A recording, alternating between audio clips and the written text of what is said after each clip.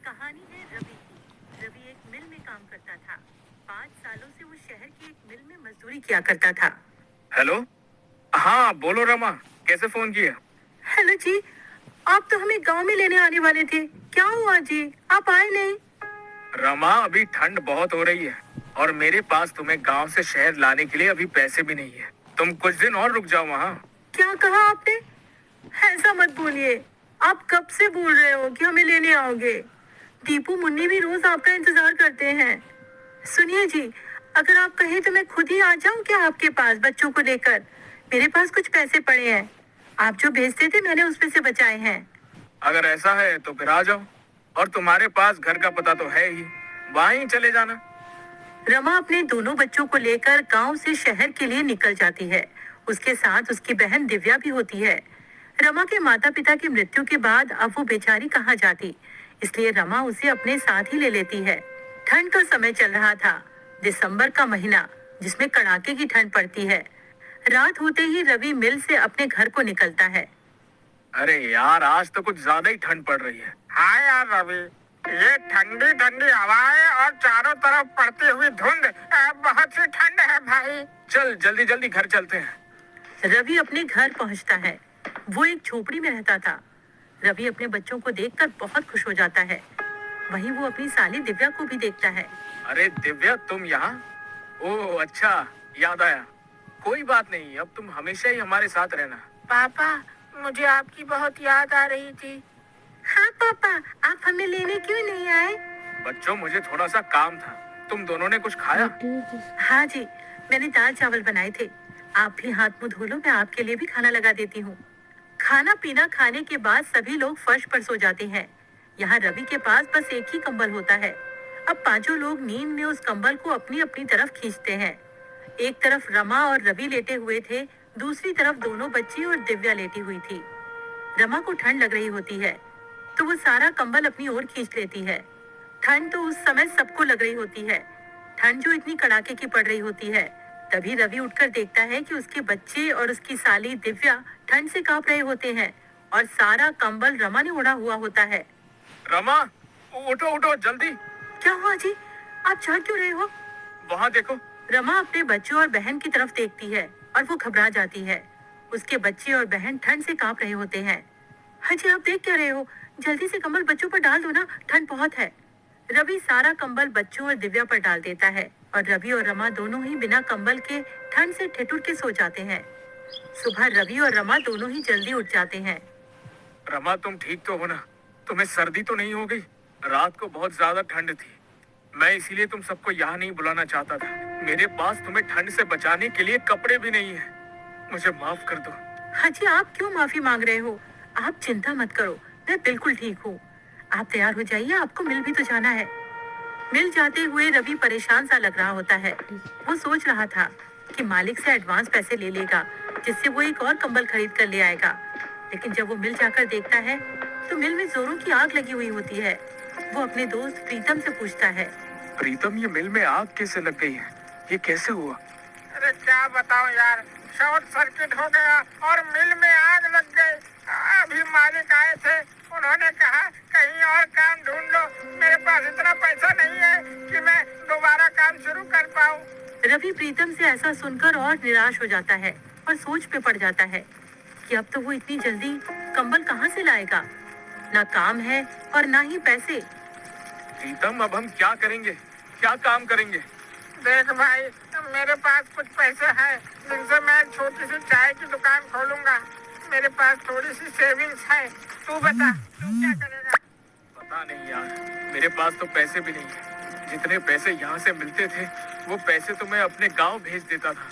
अब तो मेरे पास एक फूटी कौड़ी तक नहीं है। चल, मैं घर चलता हूँ, फिर मिलेंगे यहाँ। रवि घर आ जाता है। उसे देखकर रमा समझ जाती है कि कुछ तो बात हुई है। रमा अभी तो कुछ नहीं कहती है। जब बच्ची और बहन खाना खा के सो जाते हैं तब रमा कहती है, क्या हुआ जी, जब से आए हो आप परेशान लग रहे हो। क्या बात है, बताओ ना मुझे। रवि रमा को सारी बात बता देता है। रमा भी रवि को ऐसे उदास देखकर खुद भी उदास हो जाती है और कहती है, हाजी आप इतना परेशान क्यों हो रहे हो? सब ठीक हो जाएगा, भगवान पर भरोसा रखो। मेरे पास कुछ पैसे बचे हैं, उनसे आप थोड़ी सी रुई और कपड़ा ला देना। मैं उससे एक रजाई बना लूंगी। उसके बाद आप काम ढूंढने चले जाना। सुबह होते ही रवि रमा को रुई और कपड़ा देकर वहां से चला जाता है और रमा रुई को कपड़े में भरकर रजाई की तरह सिल रही होती है। तभी, दीदी क्या हुआ? सब ठीक तो है ना? जब से हम यहाँ आए हैं जीजा जी कुछ दुखी से रहते हैं, क्या उसकी वजह मैं हूँ? अरे दिव्या, तू पागल है क्या? ऐसा कुछ भी नहीं है। तू तो जानती है ना, तेरे जीजा जी तो ऐसे नहीं है जैसा तू सोच रही है। वो तो उनकी मिल में आग लग गई है, वो इसीलिए परेशान है। तू ज्यादा अपना दिमाग मत चला। हाँ, जाकर अब अपना काम कर। रमा एक सुंदर सी रजाई बना देती है। उधर रवि पूरे दिन यहाँ वहाँ काम ढूंढता है, पर उसे कोई काम नहीं मिलता है। वो निराश होकर घर आ जाता है। रवि घर आकर देखता है रमा ने एक सुंदर सी रजाई बना ली होती है। अरे वाह रमा, तुमने तो बहुत ही सुंदर रजाई बनाई है। अरे तुम तो बहुत ही अच्छी रजाई बनाती हो। जी, वो गांव में खाली समय में मैंने रजाई बनाना सीख लिया था। आप बताइए, कहीं काम मिला क्या आपको? नहीं रमा, बहुत ढूंढा पर कहीं कोई काम नहीं मिला। कल फिर जाऊंगा, देखते हैं, कहीं कुछ न कुछ काम मिल ही जाएगा। रमा बच्चों को नई रजाई में सुला देती है और खुद दोनों मियाँ बीवी पुराने कंबल में सो जाते हैं। अगले दिन रवि का दोस्त प्रीतम रवि का हाल पूछने उसके घर आया हुआ होता है। तभी, अरे वाह रवि, ये रजाई तो बहुत अच्छी है, कहाँ से लाए हो? अरे प्रीतम, मैं ये कहीं से लाया नहीं हूँ।